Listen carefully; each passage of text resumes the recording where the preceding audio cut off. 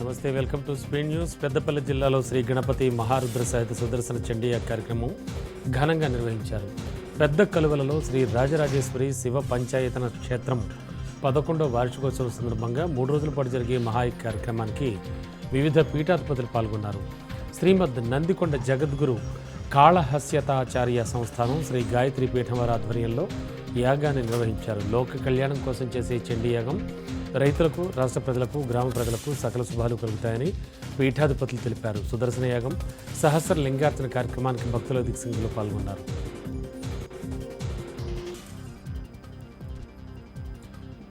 కృష్ణా జిల్లా మచిలీపట్నంలో private ambulance డ్రైవర్లకు డీఎస్పీ ధర్మేంద్ర హెచ్చరికలు జారీ చేశారు. ప్రభుత్వ ఆసుపత్రి వద్ద కొంతమంది ప్రైవేట్ అంబులెన్స్ డ్రైవర్లు అధిక రేట్లు వసూలు చేస్తున్నారని, అలాగే పీజేఆర్ఎస్లో కలెక్టర్ ఫిర్యాదు చేశారు. కలెక్టర్ ఆదేశాల మేరకు పేద రోగుల నుంచి అధిక ధరలు వసూలు చేస్తే చర్యలు తప్పవని డీఎస్పీ ఆఫీసులో ఆర్డీఓ శ్రీనివాసరావుతో కలిసి డ్రైవర్లకు కౌన్సిలింగ్ ఇచ్చారు. అంబులెన్స్ డ్రైవర్ల సేవలు చాలా ఉన్నతమైనవని, కొంతమంది ధనార్జనే లక్ష్యంగా అంబులెన్స్లను నిర్వహిస్తున్నారని,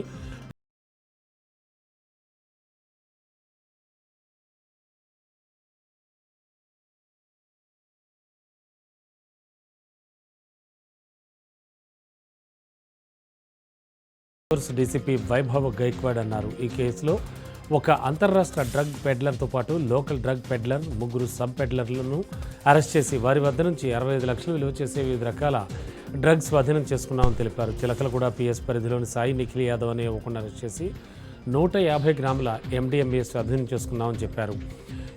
ఇంటర్ మధ్యలో ఆపేసి దురలవాట్లకు అలవాటు పడినట్లుగా పోలీసులు గుర్తించారు.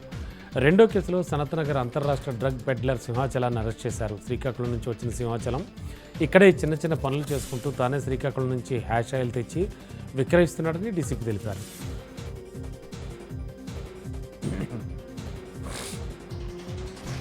పెద్దపల్లి జిల్లా జూలపల్లి తహసీల్దార్ కార్యాలయంలో పీహెచ్ని జిల్లా కలెక్టర్ హర్ష ఆకస్మికంగా తనిఖీ చేశారు. రెవెన్యూ సదస్సులో వచ్చిన పెండింగ్ దరఖాస్తులను వెంటనే పరిష్కరించాలని తహసీల్దార్కి ఆదేశాలు జారీ చేశారు. భూభారతి దరఖాస్తులను సమయానికి డిస్పోజ్ చేయాలంటూ రిజిస్ట్రేషన్ ప్రక్రియను స్లాట్ల వారీగా పూర్తి చేయాలని సూచించారు. జూలపల్లి మండలంలో విస్తృతంగా పర్యటించి పలు కార్యాలయాలను ఆకస్మికంగా తనిఖీలు నిర్వహించారు. భూభారతి దరఖాస్తులను సమయానికి డిస్పోజ్ చేయాలని, రిజిస్ట్రేషన్ ప్రక్రియను స్లాట్ల వారీగా పూర్తి చేయాలని తెలిపారు. అనంతరం పెద్దాపూర్లో తెలంగాణ మోడల్ స్కూల్ వంటశాల పరిసరాలు పరిశీలించారు. మంచి పోషకాహారంతో కూడిన ఆహారం సిద్ధం చేసి పరిసరాలు శుభ్రంగా ఉండేలా చర్యలు చేపట్టాలని, ఆరోగ్య విషయంలో విద్యార్థులపై అత్యంత ప్రాధాన్యత తీసుకోవాలని కలెక్టర్ తెలిపారు. దళిత క్రైస్తవుల రిజర్వేషన్లు కుల వ్యవస్థ రద్దుపై ఎంఆర్పీఎస్ అధ్యక్షుడు మందకృష్ణ మాది కీలక వ్యాఖ్యలు చేశారు. దళిత క్రైస్తవులకు ఎస్సీ హోదా వర్తించదు అన్న రాష్ట్రపతి ఆర్డర్ను ఉపసంహరించుకోవాలని డిమాండ్ చేశారు. రాజ్యాంగంలో ఉండే ఆర్టికల్ 25కి ఈ ఆర్డర్ పూర్తిగా విరుద్ధమని మందకృష్ణ తెలిపారు. రాజ్యాంగంలో ఉన్న ప్రధాన మార్గదర్శకాల ప్రకారం మన వ్యవస్థ ముందుకు వెళుతోందని అన్నారు. కుల వ్యవస్థలో బాధితులుగా మిగిలింది కేవలం దళితులు మాత్రమే. ముమ్మాటికి రాష్ట్రపతి ఆర్డర్ను ఉపసంహరించుకోవాలని కోరారు. బీసీ కేటగిరీలో ఏ గ్రూపులో మెహతాలు, అలాగే బి గ్రూపులో దూదేకులు, ఈ గ్రూపులో 14 ముస్లిం వర్గాలు ఉన్నాయని, ప్రతి కేటగిరీలో కలిపి ఉన్న వివిధ కులాలకు లేని వివక్ష మాదిగలకు ఎందుకని ప్రశ్నించారు ఆయన.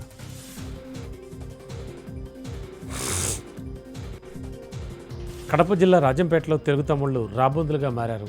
సీఎం రిలీఫ్ ఫండ్లను చేతివాటం చూపించారు. నందలూరు మండలం కుందా నెల్లూరుకు చెందిన తుంటి ఎల్లయ్య రోడ్డు ప్రమాదంలో తీవ్రంగా గాయపడి పాక్షికంగా కంటి చూపు కోల్పోయాడు. బాధితుడికి సీఎం సహాయ కింద 14 లక్షల రూపాయలు మంజూరయ్యాయి. దీంతో ఉదయం ఎల్ఐని ముఖ్యమంత్రి సహాయ నిధి డబ్బులు ఇస్తామని బ్యాంకుకు తీసుకెళ్లిన స్థానిక టీడీపీ నేతలు ఎల్ఐ వద్ద సంతకాలు పెట్టించుకుని డబ్బులు అకౌంట్లో పడ్డాయని తెలుగు తమ్ముళ్లు పంపించేశారు. ఇంటికొచ్చి మొబైల్లో మెసేజ్ చూసుకున్న ఎల్ఐ తన అకౌంట్కు 14 లక్షల రూపాయలు జమైన వెంటనే 20 నిమిషాల వ్యవధిలో టీడీపీ నేత అకౌంట్లోకి 8 లక్షలు బదిలీ అయ్యాయి. విషయం తెలుసుకున్న ఎల్ఐ నిలదీయగా తమకు ఖర్చులుంటాయని, అందరికీ పర్సంటేజీలు ఇవ్వాలంటూ ఎల్ఐపై టీడీపీ నేతలు దౌర్జన్యానికి పాల్పడినట్లు వాపోయాడు. అయితే ముఖ్యమంత్రి సహాయ నిధి నుంచి ఎంతొచ్చినా 6 లక్షలు ఇస్తామని ఒప్పందం చేసుకున్నామని టీడీపీ నేతలు అంటున్నారని బాధితుడు ఆవేదన వ్యక్తం చేశాడు.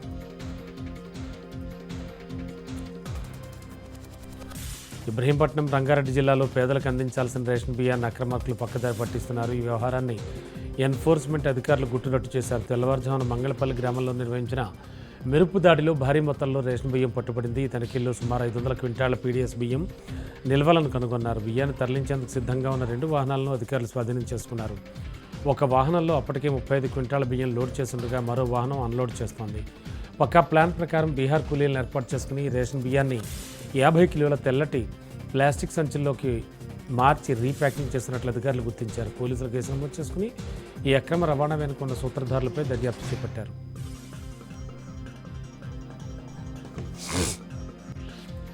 మహబూబాబాద్ జిల్లా సాంఘిక సంక్షేమ పాఠశాల, upper primary hospital, community health సెంటర్లను జిల్లా కలెక్టర్ స్నేహ శబరీష్ ఆకస్మిక తనిఖీలు చేశారు. తొర్రూరు పట్టణ కేంద్రంలో ఉన్న తెలంగాణ సాంఘిక సంక్షేమ గురుకుల పాఠశాల, pre matric, post matric, upper primary hospital, health సెంటర్లను తనిఖీ చేశారు. పాఠశాలలో తరగతి గదులు, dormitory, dining hall, kitchen shed, అలాగే టాయిలెట్స్ పరిసరాలను పరిశీలించి విద్యార్థులతో మాట్లాడి వారి విద్యా సామర్థ్యాలను కలెక్టర్ తెలుసుకున్నారు. ప్రభుత్వం కల్పించే పక్కా డైట్ మెనూను ఖచ్చితంగా అమలు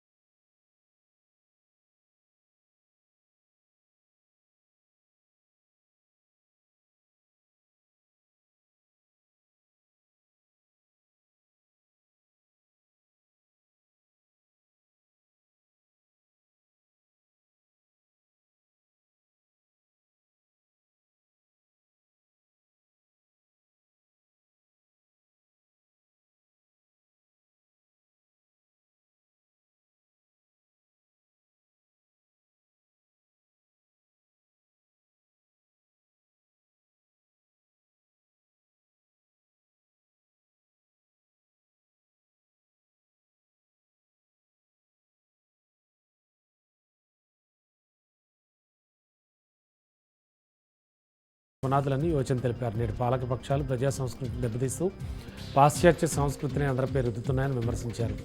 వర్గ పోరాటాల నుంచి పుట్టిందే అరుణోదయ సంస్కృతిని, కళలు ప్రజల పక్షం వహించినప్పుడే వాటికి అసలైన గుర్తింపు లభిస్తుందని స్పష్టం చేశారు.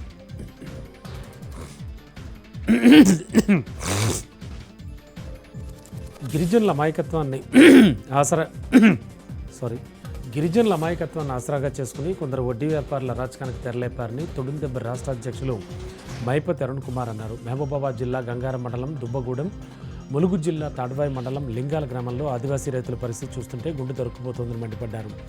చేసిన అప్పు కొద్ది మొత్తమైనా దానికి చక్రవడ్డీలు, భూచక్రవడ్డీలు కలిపి ఏకంగా 40 లక్షల రూపాయల అప్పుగా మార్చేశారని దుయ్యబట్టారు. ఆ వడ్డీ వ్యాపారులు ఒక్కరోజు కాదు, 2 రోజులు కాదు, ఏకంగా 20 ఏళ్ళుగా వీళ్ళందరినీ బానిసలుగా మార్చుకుని వారి శ్రమను దోచుకుంటున్నారని అరుణ్ కుమార్ అంటున్నారు. తమను అప్పుల ఊపి నుంచి కాపాడాలంటూ గ్రామంలో భారీ నిరసన ర్యాలీ చేపట్టారు.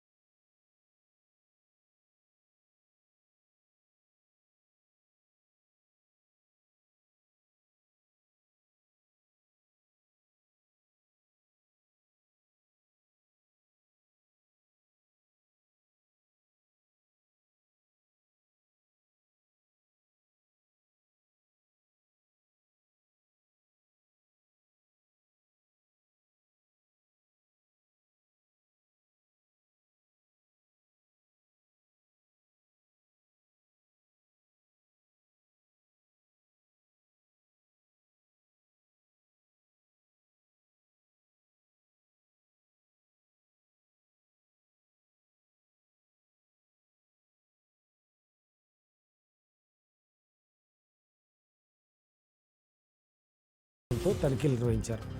ఒరిస్సా రాయగఢ్ ప్రాంతానికి చెందిన సుబోధ్ అనే వ్యక్తి వద్ద 112 కేజీల గంజాయిని పట్టుకున్నారు. నిందితుడిని గంజాయిని ఘట్కేసర్ ఎక్సైజ్ స్టేషన్లో అప్పగించారు. మరో కేసులో బాగ్ అంబర్పేట ప్రాంతంలో 209 గ్రాముల గంజాయిని స్వాధీనం చేసుకున్నట్లు సీఐ భిక్షారెడ్డి తెలిపారు.